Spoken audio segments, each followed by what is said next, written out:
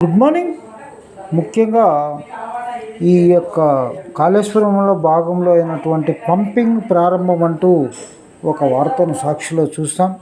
ఎల్లంపల్లి నుంచి మిడ్ మానేరు వరకు నీళ్లు, కాంగ్రెస్ బీఆర్ఎస్ల మధ్య ఆరోపణలు, ప్రత్యాపన నేపథ్యంలో కాళేశ్వరం ప్రాజెక్టులో ఎత్తిపోతలు షూర్, నంది, గాయత్రి పంప్ హౌస్ల ద్వారా మిడ్ మానేరుకు తరలింపు.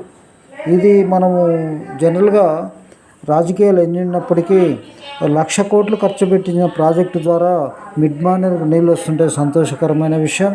దాన్నే మనం ఇప్పుడు చెప్పబోతున్నాం.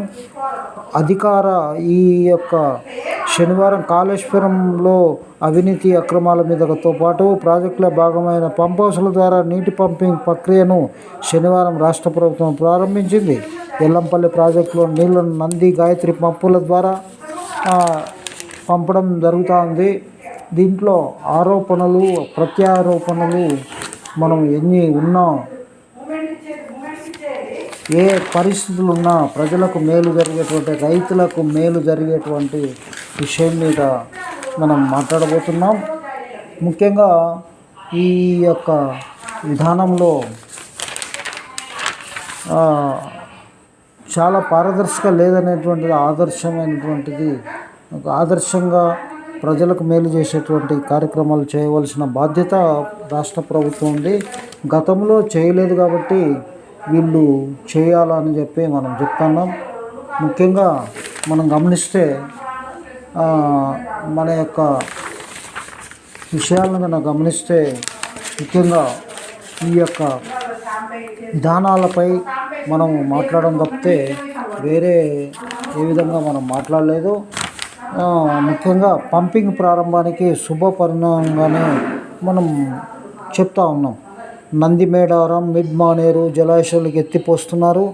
ఆగస్టు 2లోగా కాళేశ్వరం పంప్ హౌస్లను ఆన్ చేయకుంటే 50,000 మంది రైతులతో కలిసి తామే ఆన్ చేస్తామని BRS working president KTR ultimatum జారీ చేసిన నేపథ్యంలో పంపింగ్ ప్రారంభం కావడం ప్రాధాన్యం సంతరించుకుంది.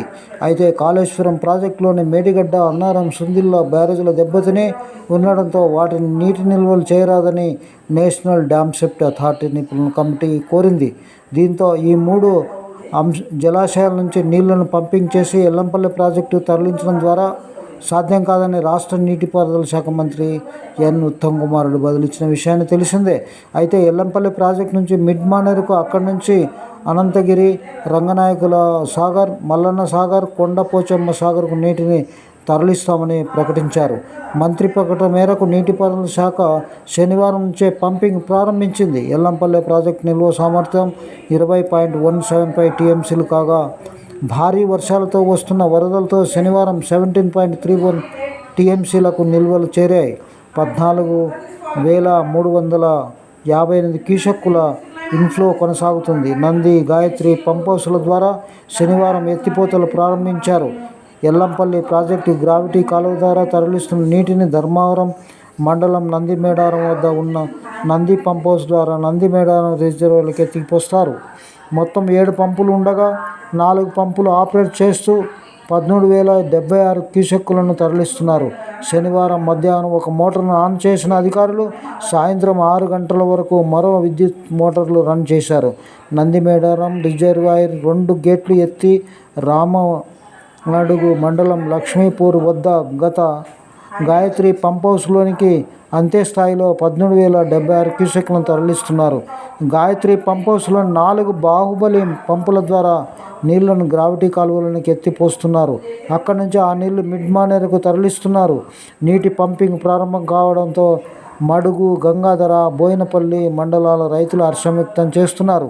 కాగా మంత్రి ఉత్తమ్ ఆదేశాలతో మధ్య మానేరుకు నీటిని ఎత్తిపోస్తున్నామని, దీనిని రైతులు సద్వినియోగం చేసుకోవాలని చొప్పదంటి ఎమ్మెల్యే మేడిపల్లి సత్యం గారు కోరారు.